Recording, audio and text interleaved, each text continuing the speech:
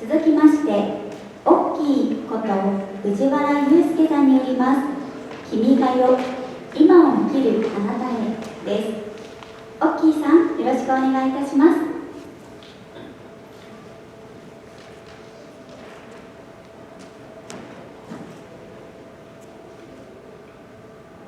皆さん、こんにちは。鳥取県から来ました、オッキーこと藤原祐介です。ここ鹿児島県には屋外ベースに行くきっかけともなり、たくさんのご縁を結んでくれた場所、知覧があります。80年前、戦地を生きた若者たちが今を生きる私たちのため、国のためを思い、知覧から飛び出しました。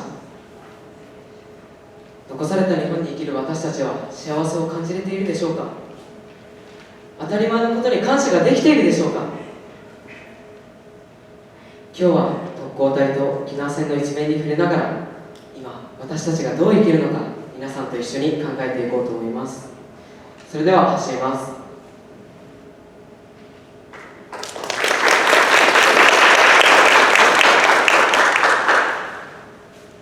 What expresses the national spirit and aesthetic sensibilities?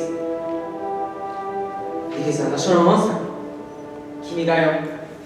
From the very beginning, 君が代 is not about oneself, but about thinking of you.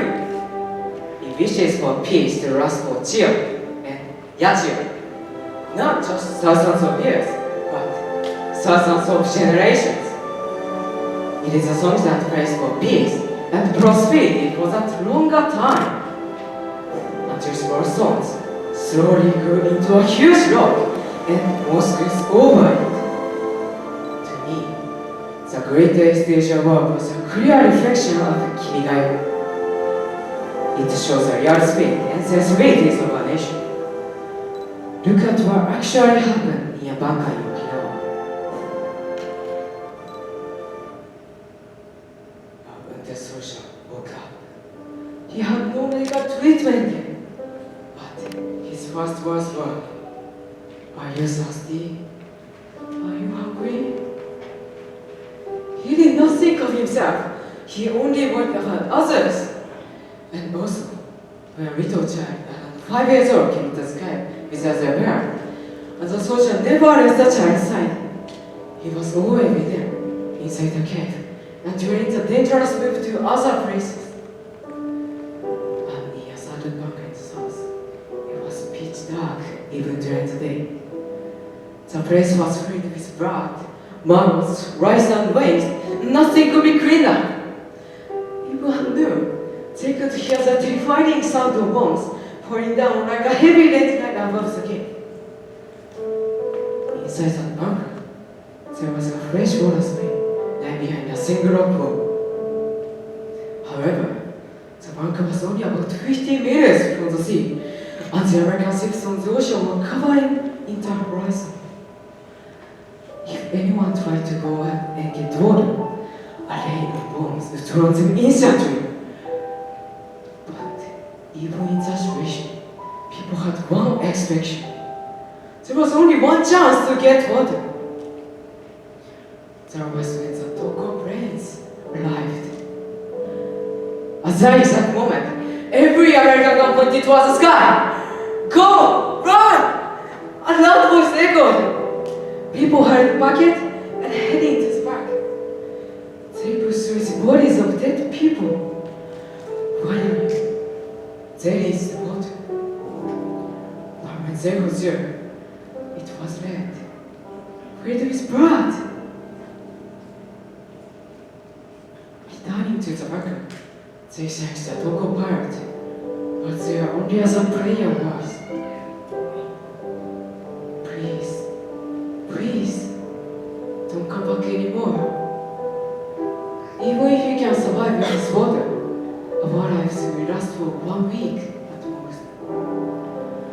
They prayed as the younger leads, the noble spirit who should carry on the future of Japan on their shoulders, wouldn't die for people right now.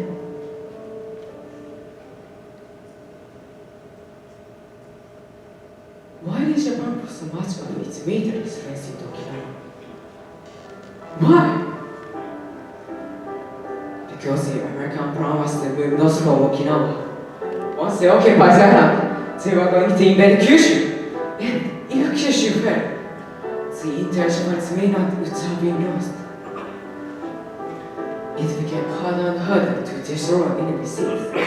But even when planes were shot down, and even in terrible weather, Japanese pilots kept attacking. The most important thing was to show Japanese spirit to make the enemy realize invading the mainland would never be easy. Even in a losing battle, there is a way to lose. At first, the advantage was 70% for America and only 30% for Japan. But the goal was to bring those loss to 50-50. That was how they could protect Japan, and that was all that Tokotai could do. They went far to save and leave this country first. The future generations, they didn't even know for the future of Japan. Is Japan truly a good country, In my heart, I feel Japan as a country slowly slipping away. Famous 20th century British historian Arnold J. Toynbee was a scary one. If a country forgets our mythology and history, it will surely destroy within 100 years. It has now been 81 years since the end of the war. 81 years!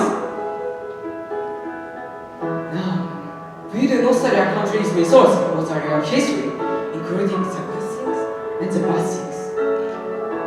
Where is Japan heading in the future?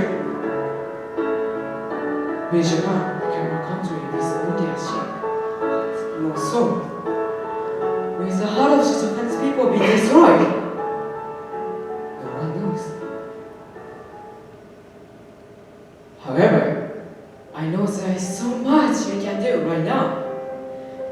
For example, we can visit a shrine, learn about Japanese history and culture, and cherish our ancestors. By taking these small steps in our daily lives, we have right now and live with gratitude. At first, each person's wish might be small and wide.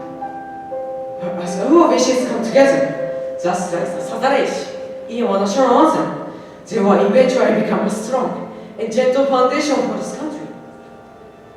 The noble spirit who fought for this country truly died with simple happiness. But their happiness was not about greed or luxury.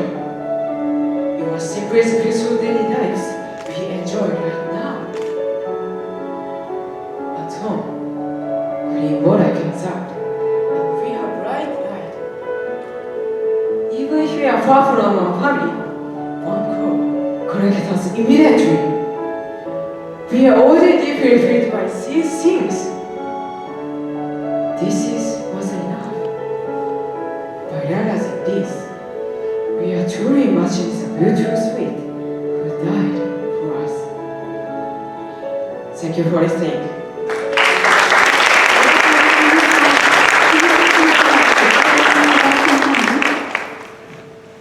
Oh, thank you, Occy. That was really great, and I really love the deep feeling and emotion that you spoke with, and it's deeply moving. And I'm very pleased that you picked a topic of such importance.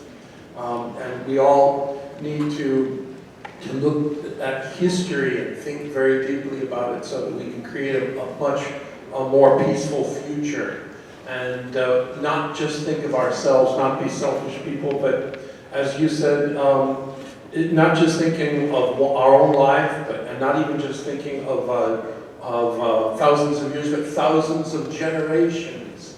And of course, the topics you're discussing are deeply important to me as a man married to a Japanese woman and having Japanese children, and I'm American. And I think about these kind of things almost every day, and especially in the situation we have today in the world, where my own country is continuing to do things that are warlike, and so we all need to reflect on these things and work for peace. So thank you so much. Thank you.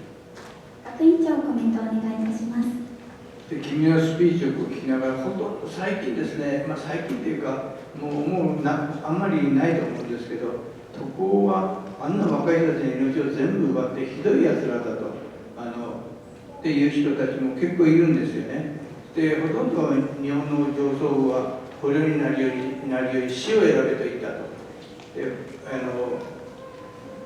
みんな爆弾を持ってね、洞穴に隠れて敵に捕虜になろうとしたらもう全部自爆しろとか、もう全部そういうネガなことだけ言ってるんですが、僕はね、よく勉強していくと、すごい人たちがたくさんいて、生きようと言ってた人たちがいっぱいいたと思うんですよね。鹿児島に不要っていう特攻の人たちがいて、死ぬよりも生きろっていうことで、特攻を命じられても特攻をしない、戦うことはするけれども、自分で死ぬことはしなかったという、そういう人たちがいるんですけど、やっぱりなんで日本人がこんなにまで自虐史観に溺れてるかっていうと、おそらく遠い昔に世界、韓国ですけど、通した白ス系の戦いっていうのがあるんですけど、日本は全部の戦争を足してもせいぜい30年ぐらいなんですよ、戦争したの。